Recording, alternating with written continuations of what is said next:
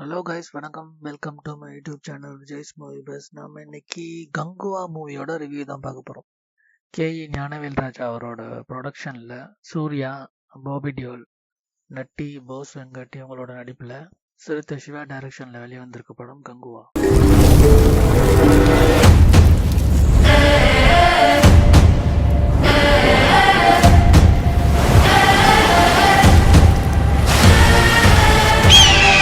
படத்தோட கதை என்னன்னா, ரஷ்யாவில் இருக்கிற ஒரு ரிசர்ச் சென்டர்லேருந்து தப்பிச்சு வந்துடுறான் ஒரு சின்ன பையன். அவன் கோவாவில் வந்து சூர்யாவை மீட் பண்ணுறான்.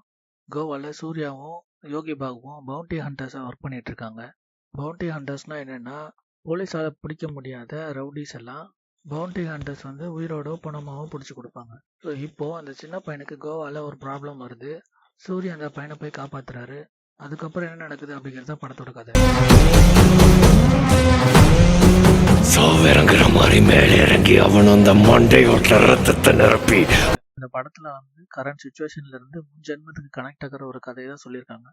ஸோ படத்தோட பாசிட்டிவ்லாம் என்னன்னு பார்த்துடலாம். ஃபர்ஸ்ட், படத்தோட மிகப்பெரிய ப்ளஸ் விஷுவல்ஸ் தான். சினிமாட்டோகிராஃபி வெற்றி பண்ணியிருக்காரு. ரொம்ப டீட்டெயிலாக ஒர்க் பண்ணியிருக்காரு. லைட்டிங்ஸ் எதுவுமே இல்லாமல் நேச்சுரல் லைட்ஸில் ஒர்க் பண்ணியிருக்காரு. ஆக்ஷன் சீக்வன்ஸ்லேயும் சரி, முக்கியமாக ஒரு டெத் சீன் ஒன்று வருது, அந்த சீன்லேயும் சரி சினிமாட்டோகிராஃபி வேற லெவலில் இருக்கு.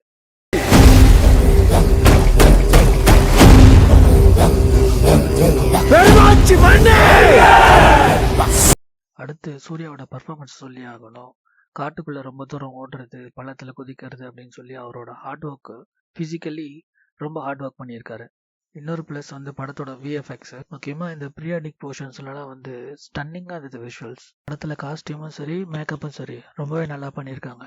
படத்தோட நெகட்டிவ் செக்ஷனுக்கு வருவோம். பொதுவாக டைரக்டர் சங்கரோட படத்துல பெரிய பிரம்மாண்டம் ப்ளஸ் கூடவே ஒரு நல்ல கண்டென்ட் இருக்கும். ஆனா கங்குவா படத்துல விஷுவல்ஸ்ல வெறும் பிரம்மாண்டம் தான் இருக்கே தவிர ஸ்கிரீன் பிளேல பெருசா கான்சன்ட்ரேட் பண்ணவே இல்லை. நேற்று நீ சிம்மாசனத்தில் 1 மணி நேரம் அசந்து தூங்கி விட்டாயாமே, அதைத்தான் சொன்னேன். கண் இருக்கும் எல்லோரும் தூங்கத்தான் செய்வார்கள்.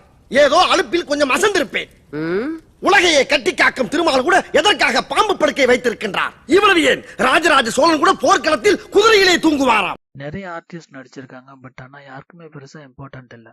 ஒவ்வொருத்தருக்கும் ஒரு 4 சீனு, 3 சீனு, 2 சீனுன்னு சொல்லி சீன்ஸ் கம்மியா இருக்கு, இம்பார்ட்டன்ட்டும் கம்மியா இருக்கு. பாபி டியோல் வில்லனா நடிச்சிருக்காரு. அவருக்கு இன்னும் நிறைய இம்பார்ட்டன்ட் கொடுத்துருக்கலாம் தோணுது. சரி, பரவாயில்லை. ஆமா, இது என்ன கையில் குச்சி? வண்டிக்காரன் இடத்தில் வந்தேன். அடே ஒற்றா, உன்னுடைய சிந்தனையும் செயலும் அப்படியே என்னை போலவே இருக்கின்றது. நீ தலைமை ஒற்றன் என்பதை நிரூபித்து விட்டாயடா. எல்லாம் தங்களிடம் குடித்த யானைப்பால் மன்னா. டிஎஸ்பியோட மியூசிக் ஒரு சில இடங்கள்ல கூஸ் பம்ஸா இருந்தாலும் நிறைய இடங்கள்ல ஓன்னு நிறைய பேர் கத்துற சவுண்ட் ஒரு இரைச்சல் மாதிரி இருந்துச்சு. நாம் யாருக்கு என்ன தீங்கு செய்தோம்? நமக்கு மட்டும் ஏன் இப்படி எல்லாம் நடக்கிறது? அந்த சொக்கநாதரின் திருவிளையாடலை நம்மிடம் தான் காட்ட வேண்டுமா?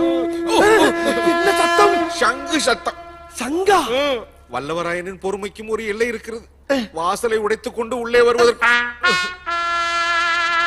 ஃபர்ஸ்ட் ஹாப்ல வர காமெடி எல்லாமே ஒரு மாதிரி கிரிஞ்சா தான் இருந்துச்சு. செகண்ட் ஹாப் விஷுவல்ஸ்க்காக okay. Comparing to Baahubali goose bump scenes நிறைய இருக்கும். பட் இந்த படத்துல அந்த அளவுக்கு சீன்ஸ் எதுவும் பெருசா இல்ல.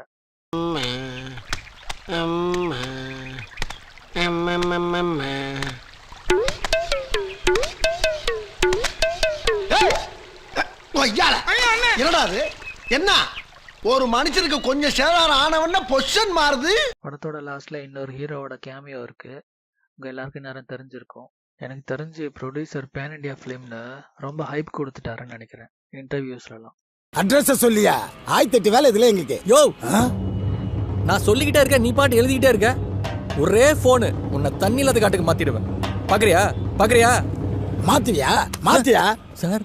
எனக்கு தண்ணி இல்லாத காட்ட பார்க்கணும் தான் ஆசையா இருக்கு. ஒரே போன்ல மாத்திடுவேன் நீ. டோட்டலா இந்த படம் ஒரு ஆவரேஜ் இல்லைன்னா அபவ் ஆவரேஜ்னு சொல்லலாம். ஸோ படம் பார்த்துட்டு எனக்கு என்ன தோணுச்சோ அதான் இந்த ரிவ்யூவில் சொல்லியிருக்கேன். இந்த ரிவ்யூ உங்களுக்கு பிடிச்சிருந்துச்சுன்னா லைக் பண்ணுங்க, உங்க ஃப்ரெண்ட்ஸுக்கு ஷேர் பண்ணுங்க, கண்டிப்பாக சப்ஸ்கிரைப் பண்ணுங்க. தேங்க்யூ ஸோ மச் ஃபார் வாட்சிங்.